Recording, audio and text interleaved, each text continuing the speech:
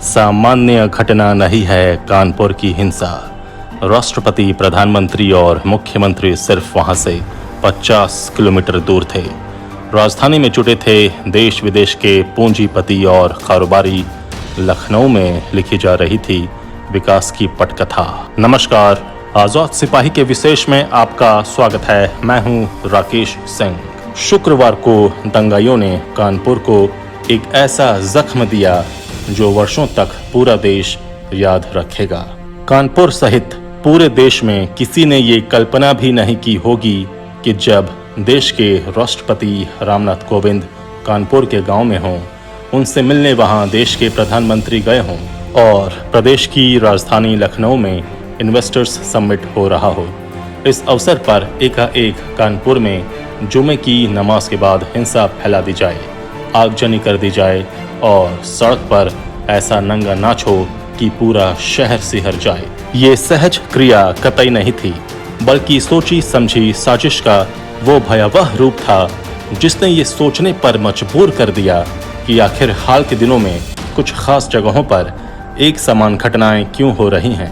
वो चाहे शाहीन बाग की घटना हो या जहांगीरपुरी की या खरगोन की घटना हो या करौली की या अब कानपुर की। इन कांडों में दंगों का स्वरूप एक जैसा था।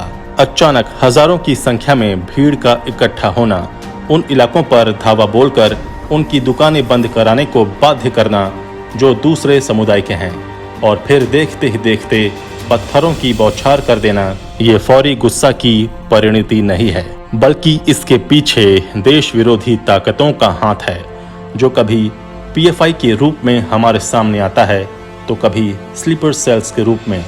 दंगाई ये अच्छी तरह जानते हैं कि शुक्रवार को प्रधानमंत्री, राष्ट्रपति और देश विदेश के पूंजीपतियों के प्रदेश में रहने के कारण देश दुनिया की मीडिया का पूरा ध्यान इस प्रदेश पर होगा। जाहिर है किसी भी तरह की घटना होने पर मीडिया का पूरा फोकस उधर होगा और फिर देश विदेश में भारत की छवि खराब होगी। यही संदेश जाएगा कि भारत में अमन चैन नहीं है, शांति व्यवस्था नहीं है।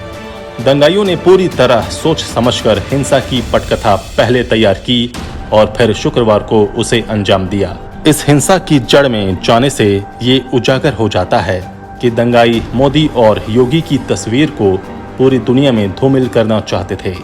ये घटना सामान्य नहीं है, इसमें देशद्रोह की बू आ रही है।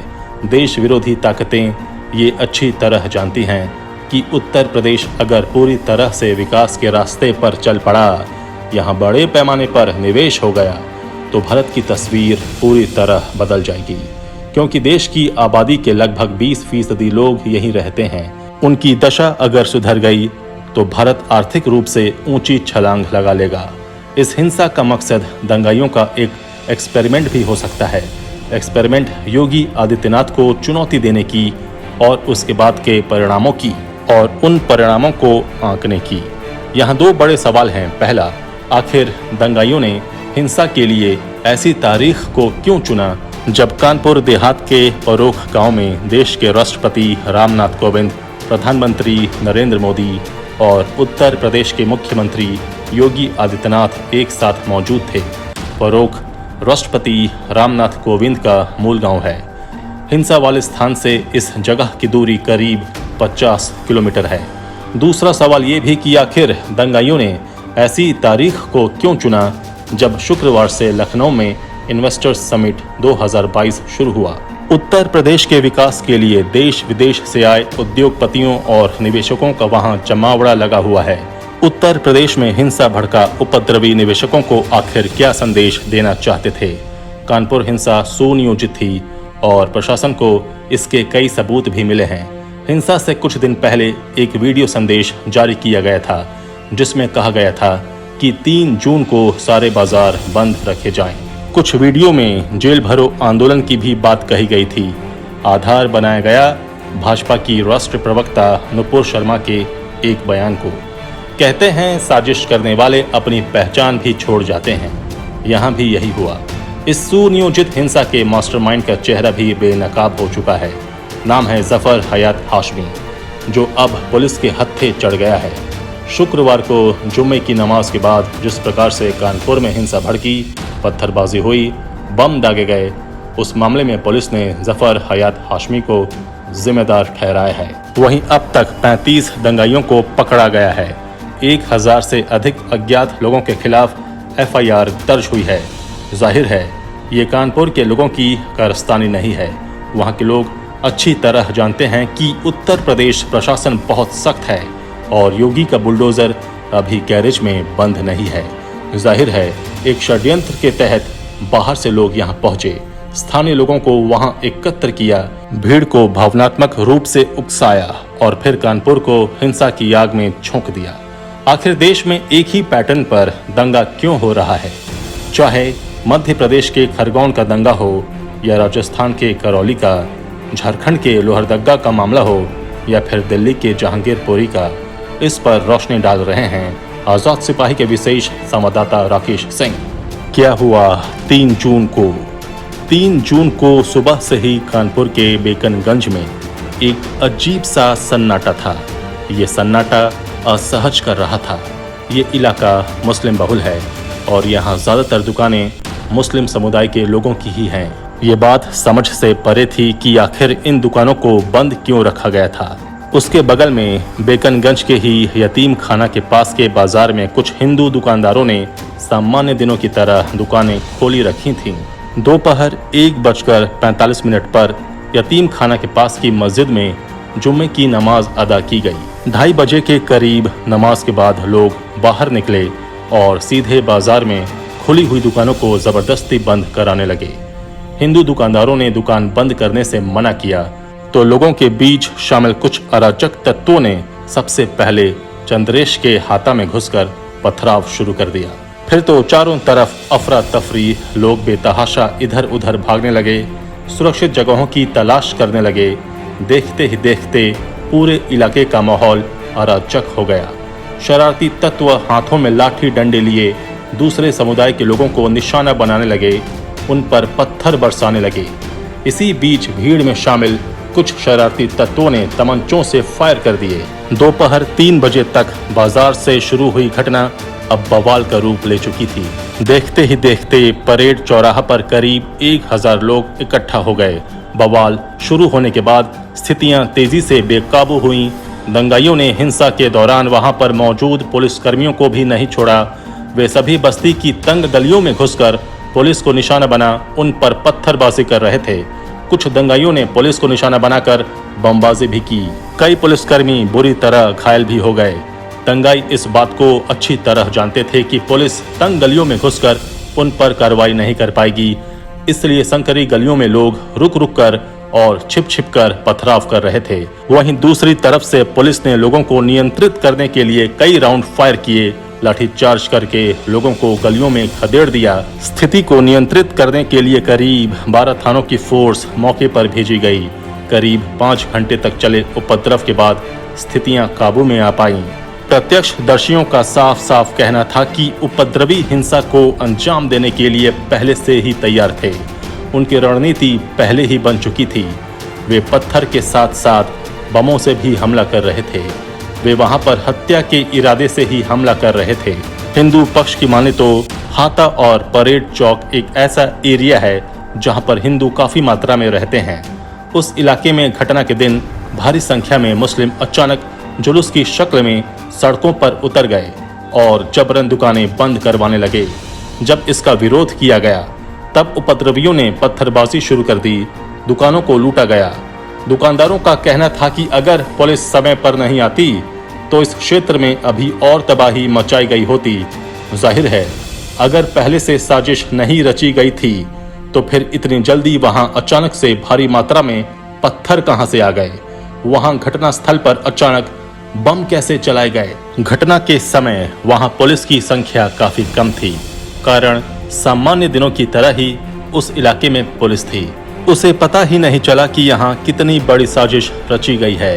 यही कारण है कि जब दंगाई एकाएक आक्रामक हो गए तो आत्मरक्षार्थ पुलिस को गलियों में छिपकर जान बचानी पड़ी, कारण तमंचों और बमों का सामना पुलिस लाठी और डंडे से नहीं कर सकती थी। इसलिए पुलिस ने छिपकर जान बचाई और दंगाई अपने मंसूबों में कामयाब हुए। इसके बाद वायरलेस संदेश के माध्यम से दूसरों थानों से पुलिस को बुलाया गया। उसके बाद पुलिस ने चारों तरफ से इलाके को घेर लिया और फिर शुरू हुई दंगाइयों की धरपकड़। पहले दिन पुलिस ने 18 उपद्रवियों को हिरासत में लिया। दूसरी तरफ मुख्यमंत्री योगी आदित्यनाथ ने गोरखपुर से वर्चुअल बैठक के माध्यम से पुलिस प्रशासन को यह साफ संदेश दिया कि किसी भी हालत में उपद्रवी बचने नहीं चाहिए। वे जहां भी छिपकर बैठे हैं, सीसीटीवी के माध्यम से उनकी शिनाख्त की जाए और उन्हें हर हाल में गिरफ्तार किया जाए। इसके बाद बेकनगंज थाने में 40 नामजद और 1000 अज्ञात उपद्रवियों के खिलाफ केस दर्ज किया गया। शुक्रवार को बेकनगंज इलाके में जो दंगा हुआ, उसका मास्टरमाइंड है हयात जफर हाशमी। पुलिस को पक्की सूचना मिली है कि उसी ने इस मामले की साजिश रची थी और इसके लिए उसे बाहर से फंडिंग भी की गई थी। सूत्रों का तो यहाँ तक दावा है कि इस दंगे की पृष्ठभूमि में PFI के लोग थे और उन्होंने हयात जफर हाशमी को माध्यम बनाया था। PFI ने इसके पीछे काफी फंड खर्च किया। हाशमी के माध्यम से ही जुमे की एक दिन पहले मुस्लिम इलाकों में ये सूचना फैलाई गई कि शुक्रवार को दुकानें बंद रखी जाएं। एक जगह एकत्र होने की सूचना भी करवाई गई। ये भी कहा गया कि 5 तारीख को जेल भरो आंदोलन की तैयारी करें। पुलिस की छानबीन और सीसीटीवी से मिले साक्ष्य के बाद हयात जफर हाशमी को गिरफ्तार कर लिया गया है। पुलिस कमिश्नर विजय सिंह मीणा शनिवार दोपहर मीडिया के सामने आए। उन्होंने कहा कि कानपुर का माहौल खराब करने वालों पर NSA और गैंगस्टर एक्ट के तहत कार्रवाई की जाएगी। उनकी संपत्तियों पर बुलडोजर चलाया जाएगा। उन्होंने कहा कि कानपुर हिंसा के बाद हाशमी के साथ मुख्य आरोपी जावेद अहमद खान, मोहम्मद राहीन और मोहम्मद सुफियान को भी गिरफ्तार कर लिया गया है। दरअसल बवाल के बाद मुख्य आरोपी कानपुर छोड़कर भाग निकले थे। बता दें कि आरोपी Javed Asian voice post YouTube channel चलाता है, जिसका ऑफिस लखनऊ के हजरतगंज में है। इसी सेफ हाउस में वो अपने साथियों के साथ छिपा हुआ था, वहीं से उन्हें पकड़ा गया। पुलिस कमिश्नर विजय सिंह मीणा ने कहा कि पश्चिम बंगाल और मणिपुर में 3 जून को popular front of India PFI ने बंदी का आह्वान किया था। हम छानबीन कर रहे हैं कि इसी दिन कानपुर में बंदी के आह्वान में PFI की क्या भूमिका थी। आरोपियों के पास से 6 मोबाइल फोन और कुछ अहम दस्तावेज मिले हैं, जिसकी फॉरेंसिक जांच हो रही है। पूछताछ में 5 से 6 नए नाम भी सामने आए हैं। उनके बैंक खातों के ट्रांजैक्शन जांचे जा रहे हैं। आगे की जांच के लिए कोर्ट से आरोपियों की 14 दिन की न्यायिक हिरासत की मांग की जाएगी। कानपुर पुलिस ने बवाल के 12 घंटे के अंदर 24 आरोपियों को पकड़ लिया है। वीडियो फुटेज से 36 आरोपियों की पहचान हुई है। पूछताछ जारी है। पूरे नेटवर्क का पर्दाफाश किया जाएगा। कई सफेदपोश नेता जांच के दायरे में। दंगे के बाद पुलिस की तरफ से अब तक की गई छानबीन में इस बात के सबूत मिल रहे हैं कि भीड़ जुटाने, उसे उकसाने और दंगा की साजिश रचने में कुछ सफेदपोश नेता भी शामिल हैं। पुलिस का कहना है कि कानपुर हिंसा में कई ऐसे नेताओं को जांच के दायरे में लिया गया है। अब तक जो सूचनाएं मिल रही हैं, उसके अनुसार पुलिस इस नतीजे पर पहुंची है कि नेताओं ने सियासी लाभ लेने के लिए साजिश रची थी। पुलिस कुछ नेताओं की घटना के 24 घंटे पहले की कॉल डिटेल्स खंगाल रही है। उनके ट्विटर अकाउंट पर भी नजर है। वहीं इस दंगे में जिन लोगों की भूमिका स्पष्ट हो चुकी है और जो अब तक पुलिस पकड़ से दूर हैं, उनके घरों पर बुलडोजर चलाने की तैयारी भी कर ली गई है। पुलिस की एक बड़ी टीम आरोपितों की संपत्ति की शिनाख्त करने में जुटी है। घटना के बाद बहुत सारे उपद्रवी भाग गए हैं। उनके परिजनों से पुलिस पूछताछ कर रही है। कानपुर हिंसा ने उत्तर प्रदेश पुलिस प्रशासन को भी कटघरे में खड़ा कर दिया है। इतनी बड़ी साजिश रची गई, इतनी संख्या में लोग एकत्र हो गए। इसमें लखनऊ से भी लोग पहुंचे थे। वे दोपहर बाद सड़कों पर कूच कर गए और पुलिस को कानो कान खबर नहीं हुई। जाहिर है, अगर पुलिस का सूचना तंत्र मजबूत होता तो कानपुर का यह दंगा न होता।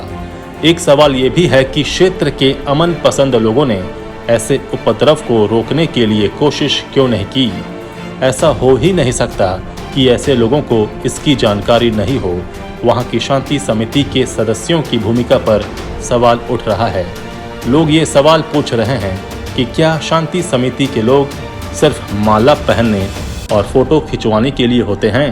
एक सवाल उस क्षेत्र के नेताओं से भी है, आखिर उन लोगों ने इस अवसर पर खामोशी क्यों दिखाई? जाहिर है, अगर क्षेत्र के प्रभावशाली लोग सड़कों पर उतर जाते और भीड़ को आगे बढ़ने से रोक देते तो कानपुर पर यह कलंक का टीका नहीं लगता। एक बड़ा सवाल, आखिर कब तक मुट्ठी भर देश विरोधी ताकतें देश में अराजक स्थिति पैदा करने में कामयाब होती रहेंगी? देश की खुफिया एजेंसियों से भी सवाल है। देश का प्रधानमंत्री और राष्ट्रपति वहां से थोड़ी दूर पर हों, पहले से कार्यक्रम तय हो, ऐसे में उनके तंत्र क्या कर रहे थे? ऐसे भी देश का राष्ट्रपति और प्रधानमंत्री जिन इलाकों में जाता है उसके आसपास का पूरा क्षेत्र खुफिया एजेंसियों की निगरानी में आता है। ये तंत्र एक हफ्ता पहले से काम करने लगते हैं। इन तंत्रों को अत्यधिक सतर्क रहने की जरूरत है, क्योंकि विदेशी ताकतें भारत को अस्थिर करना चाहती हैं। भारत की कामयाबी से वे जलती हैं और देश में ऐसा माहौल बनाना चाहती हैं ताकि भारत की शांति में खलल पड़े और विकास के साथ साथ देश की छवि पर बट्टा लगे। आजाद सिपाही के विशेष में अभी इतना ही। आप हमारे इस YouTube चैनल को जरूर सब्सक्राइब करें। आप हमारे Facebook पेज को भी जरूर फॉलो करें और भी अधिक खबरों के लिए पढ़ते रहिए अपना लोकप्रिय दैनिक अखबार आजाद सिपाही।